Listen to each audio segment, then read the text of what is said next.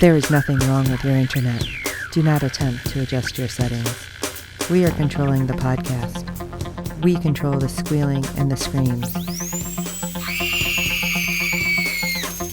We can make your heart flutter, your eyes blur from tears, or sharpen your mind to crystal clarity. For the next hour, sit back. We are in control of what you hear. We repeat, there is nothing wrong with your settings. You are about to experience the awe and mystery known as the female mind. You are now entering the Fangirl Zone. Welcome to Sci-Fi Talk on Fangirl Zone, a podcast where we discuss shows on the Sci-Fi Channel. I'm Kim. I'm Shawn Fangirl S. I have returned. Yay!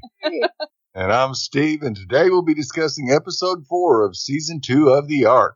Yes! Yes, well, if it didn't make the top 150 this week because they haven't got those Wednesday night ratings out just yet, so. Aww. Yeah, we'll get into episode 4, The Other You. Crew must decide the best way forward with or without help from their nemesis, Evelyn Maddox. Alright, so we open where we left off last week. Bryce vanishes as the crew drops out of warp. Completely vanishes. Clothes fall down, completely vanishes. It's great. Lieutenant Lane notices that Arc 3 is nowhere to be found, and there aren't any stars, which has got to be the most terrifying thing Yes, you absolutely. have ever seen. That was very strange. Can't even imagine. Darkness is scary to begin with. I don't know. But, darkness with no stars? Oh, that's crazy. So, Eva grabs Bryce's shirt in shock and is basically, because he disappeared right in front of them, what happened? And everybody's, wondering where Bryce went. Meanwhile, we see a stasis pod, and Kat opens the pod and emerges. And I was like, wait, what's happening? She calls for William Truss, and she's British. This is so funny, because I had turned to Jen, and I was like, was she always British? And she's like, yeah. And I'm like, I don't think that's true. No. I kept thinking that, I'm like, is that kind of like the morgue until they figure out what to do with people? And then all of a sudden she sits up and something is very strange here. It's crazy. It was really crazy. Next, Kat walks through the ship in her EVA suit. Naturally, everyone looks bewildered by her appearance. She spots a confused Truss and embraces him as Kimi watches. Kimi is Truss' security buddy, after all, and they're glued to the hip because that's her job, to follow him around and make sure he stays on task. Elsewhere, Garnet, Lane, and Alicia head to Garnet's quarters to observe the outside. They have windows there, and guess what? It's pure darkness. Pure, scary, scary, scary darkness. No stars whatsoever. No. Felix calls Garnet to the mess hall, and she's like, this is not a good time, Felix. And he's all like, this is urgent. Yeah. So I'm guessing what you're saying, Kim, is that you're not going to be somebody volunteering to go into space anytime soon. No, I'm telling you, scary darkness. No, if you ever been on a cruise, I think I went out once at nighttime when you're at sea days and it's complete darkness and I gotta go back inside. I can't do it. It scares me. Godzilla could come out of the water. I don't know. I can't do it.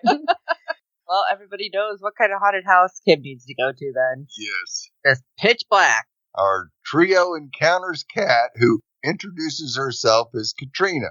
We learn she was in stasis on Ark 1 with her husband Truss. She and Lane both went to Oxford. Lane is also a commander and his father is alive. Say what? I cannot see Lane going to Oxford, but that's alternate universes for you. Oh, and the real kicker? Bryce is dead in her world. He sacrificed himself on the lunar base while saving countless lives. Garnet informs Kat that she's supposed to be dead. That's when Alicia proposes that Kat is from an alternate universe. Both Ark 1s tried to drop out of FTL simultaneously, becoming entangled with one another and sharing a quantum state. Since Kat and Bryce are dead in their respective universes, they swap places with each other. Funny how quantum physics works.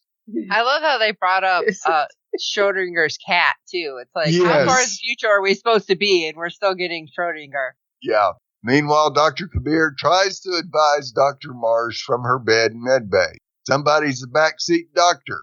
He urges her to keep resting. Next, I don't Kelly. know, could you? I couldn't No. rest. Those beds look uncomfortable. Yeah, Don't they? I mean, come on. yeah, I they feel like, no don't blanket. look no. comfortable at all. Next, Kelly hears voices. She asks Garnett if she can follow them. Garnett, Felix, and Kimmy trail Kelly. Kelly puts her ear to a wall, claiming to hear Trust's voice. Then Kelly hears a confused Bryce, even relaying what he says to Garnett. It's unmistakable.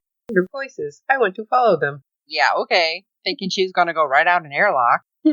Well, we get Alicia digging deeper into her theory with the whole gang. They dropped out of FTL at the same time, in the same manner, and in the same place as the alternate universe Arc 1 crew. Well, Garnett informs them that Kelly heard voices from the alternate Arc, including their Bryce, and Kat asks to speak with Kelly, claiming she's a doctor who specializes in post-humans. Well, that's interesting. Yeah. It's a specialization. How convenient. She understands that when their augmentations are activated, post-humans can pick up on sounds beyond the scope of human hearing, and apparently smells that only dogs smell. I'm like, okay, that was an odd little thing to throw in there, in my opinion, but with Garnett's permission, Trust accompanies Kat. That was a little bit sad for me when he's like, I want to be around her as much as possible. It's like, Yeah. We've got a problem here, and you want to spend time with a cat that's not yours, really? Come on. right. So sad. It's a little creepy. A whole lot of things going on, but I get it. I mean, just to see her, I guess, but still, it is creepy and sad and creepy. Creepy mostly. But we have Kat and Trust asking each other questions about their respective realities. In alternate universe Kat's world, Trust is a kind and just man. He's also incredibly brilliant, but modest about it. Yeah. Yeah. Not like ours at all. No. Oh, and Helena tried to bring down Trust's company, so he cut ties with her decades ago. Kat worries about her Trust. Our Trust insists that only person more intelligent than himself is, well, himself. I'm sure he'll be okay. And that was interesting because then Kat's like, oh yeah, my Trust would never say that. Yeah. And kind of looked at him like, okay, you're one of those guys. Yeah. Next, Kat meets Kelly, where she learns that Kelly's augmentations are in on mode. How? How does she know just because her heart rate elevated? I think she was looking at the her printout or something. Like she had a tablet. I don't know. They didn't I was explain it. wondering if she was supposed to be augmented too. Maybe. Yeah, she could be. Kat cautions against too much use of Kelly's augmentations, citing that if you have them incessantly activated, it can lead to organ failure. Wow. Something Okay. to set up front. Thank Yeah. you. What kind of thing is happening here? Like, oh yeah, don't worry. You can use them. You might die, but you're fine. So we have Kat and Marsh switching them off then, for real. But Kelly asked Marsh why he didn't warn her about that little bit potential organ failure at all. The death stare. Right? Apparently no big deal. Oh, I've been busy. Excuse me? Pardon me?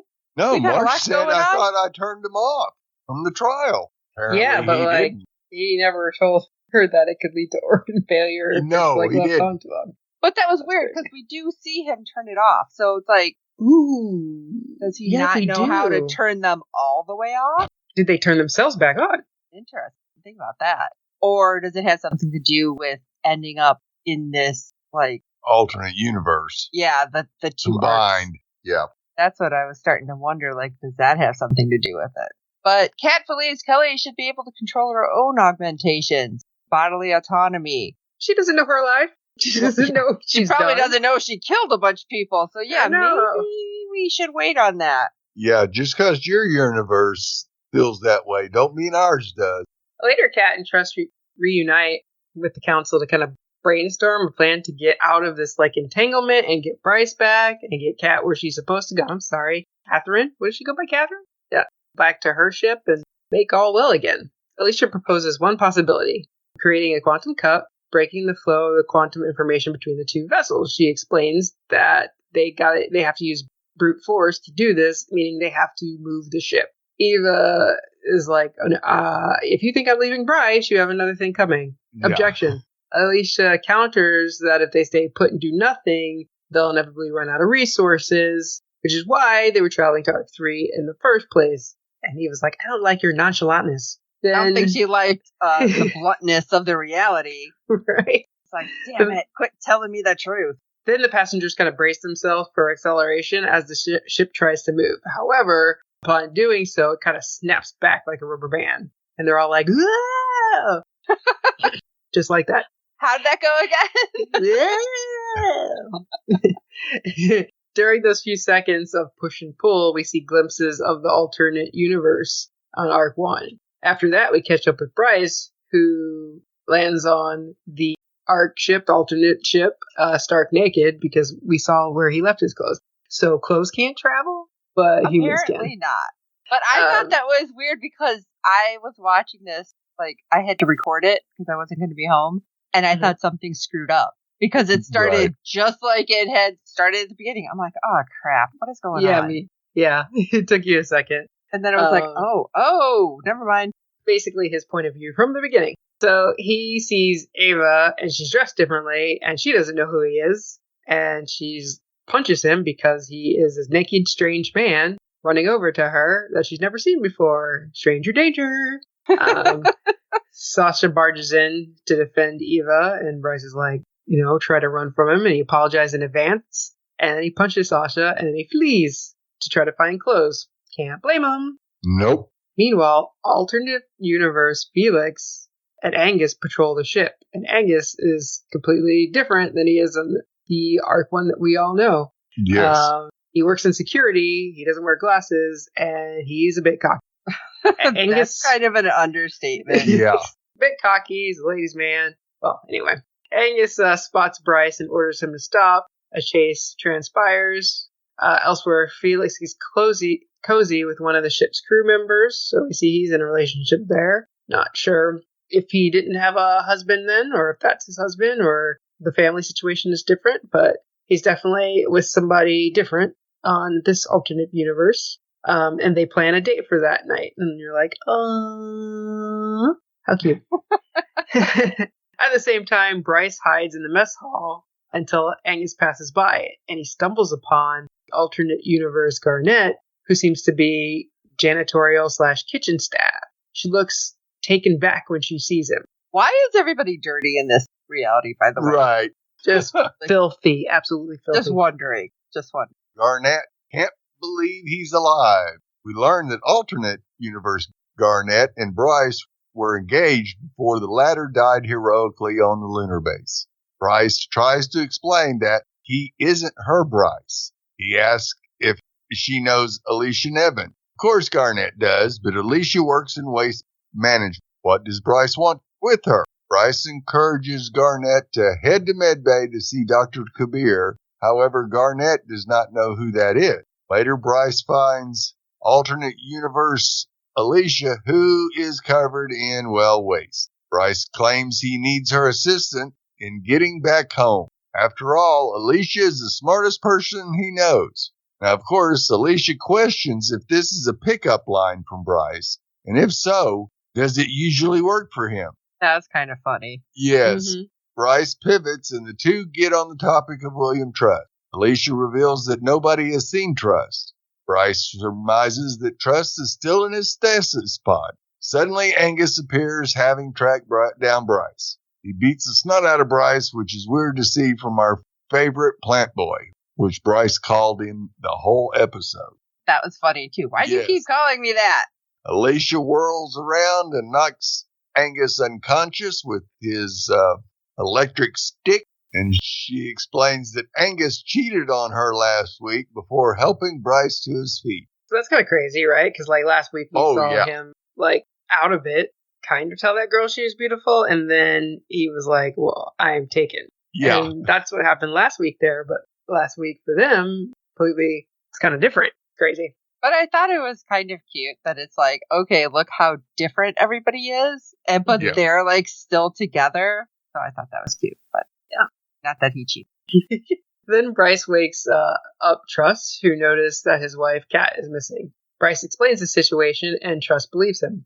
We learn that Trust has clampkins there, the same terminal disease that Bryce had in season 1. So Bryce gives Trust the cure for it, well, at least part of the cure. He tells them about the spiders being involved, but he's like, it needs a couple other ingredients that doesn't remember, but I'm sure that Trust can figure it out, which I'm sure he will. Yep. Trust vows to help Bryce return to his universe. After that, Bryce meets Captain Lane, our Lane's father. Trust and Bryce give the captain the lowdown regarding Bryce's predicament.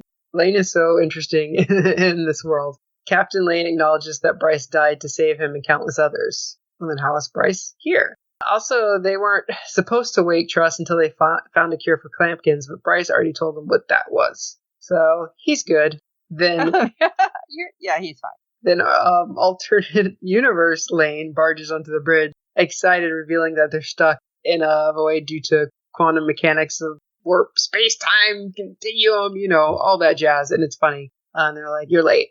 You're late to the party. And this version of Lane is just so, I don't know. This is so different. It's like frantic. Very comical. Yes. Yes. I'm like, is this what they're trying to say, that they feel like Alicia and Angus? What they're like? Because I felt like it was kind of a combination of those two when they get like super excited about stuff. Right. Oh, yeah. Yeah, kind of. Well, Garnett was not quite the same either. Oh, no, not at all. Yeah. Mm-hmm.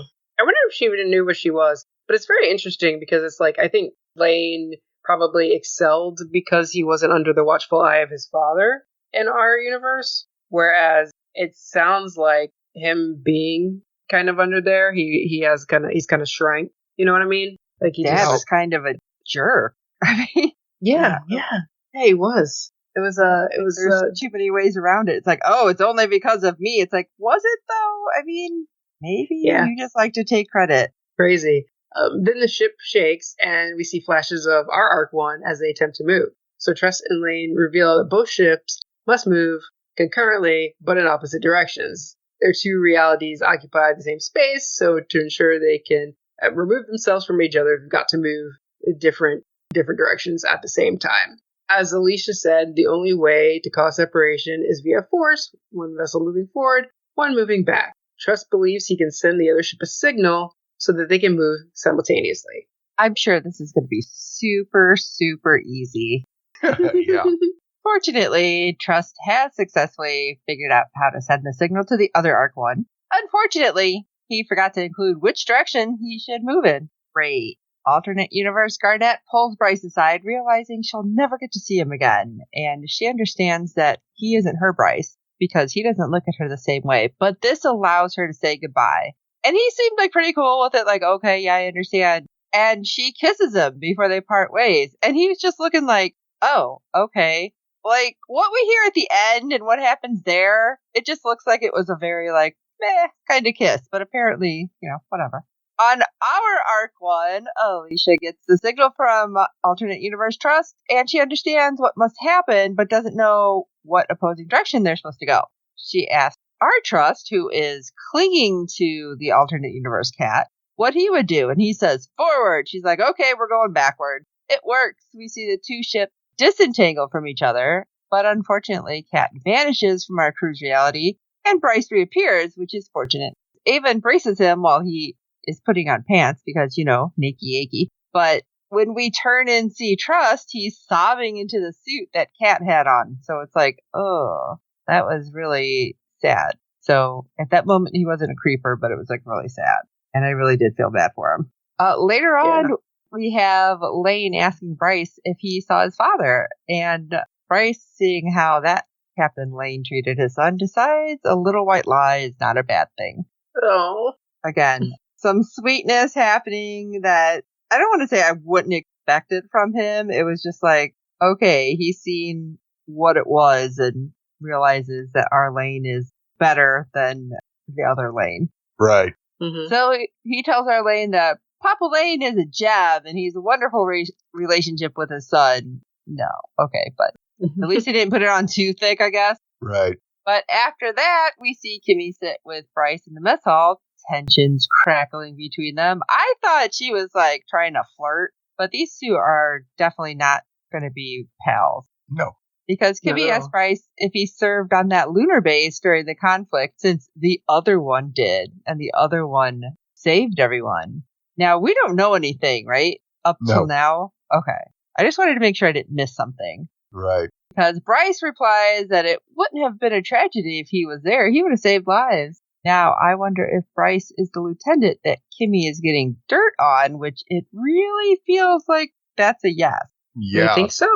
I think it sure could be, too. But, of course, I also think that when Garnett looked at the Juno project and found her match, I think it was Bryce. See, I was thinking it was Lane. Yeah, alternate universe stuff. Interesting. I had no idea what to think. I still don't know. Yeah. So Garnett and Bryce chat for a spell. Garnett notices that Bryce is acting strangely. He smiles, only adding that alternate universe Garnett is an excellent kisser before leaving her with that thought. And boy, did that throw a curveball at Garnett. She didn't know what to think. Stunning. I thought it was funny because she kind of smiled like, haha, and then like, wait, what? Right, yeah. Kelly returns to her cell to find a message from alternate universe Kat on her wrist communicator. It says that Kat sees the good in Kelly and that everyone should have power over themselves. Now she does. Kelly smiled. She doesn't know her life. Look what she did. Yes. Yeah, like, I think you jumped the gun there, dear. Maybe you should have waited to find out what's what. Yep, I think so too. Yeah. So I just want to say, since I've been gone, like catching up with everything, I'm like, oh my gosh. Okay, now Angus doesn't have glasses, and they are kind of together, and it just, we don't know, we're not, and I'm like, oh, it's so sweet. And then when we see that in the alternate universe and like all this stuff happening, I'm like, this is getting really interesting. And one more thing, I was like so excited coming back. I was going to give you guys information from San Diego because I was like, oh my God, there's going to be an art cartoon. It's not this. No. I found that out. I'm like, I was excited thinking they did like an animated series. It's not. But no. I was very disappointed in that, thinking I actually had some information because unfortunately there was nothing from Sci-Fi. I don't get it. So no, not at all. I tried, everyone, but there was no Sci-Fi booth, nothing announced. I don't know. We'll keep looking, but I might cry. That's all I'm going to say. I thought I had something exciting, and then I didn't have anything. Well, we'd love to hear your thoughts on each and every episode this season. Our deadline for feedback is 6 p.m. Eastern every Friday during the season. You can send your feedback via email or audio to contact us at fangirlzone.com. Please review and rate us on iTunes and any other platforms you use for podcasts. Good ratings and reviews. It helps other fans of the show find us, as there are plenty of other art podcasts out there. Tell your friends, and I hope you're enjoying the podcast. And don't forget to check out all the other great Fangirl Zone podcasts. We have so many other podcasts. You can check out our website, www.fangirlzone.com, with all the ways to get a hold of us. And for this episode of Sci-Fi Talk, I'm Steve. I will say one thing, though. Hell of a good kisser. I'm Kim. There always needs to be stars. There's always got to be stars. I'm Shawn, Fangirl S. And until next time.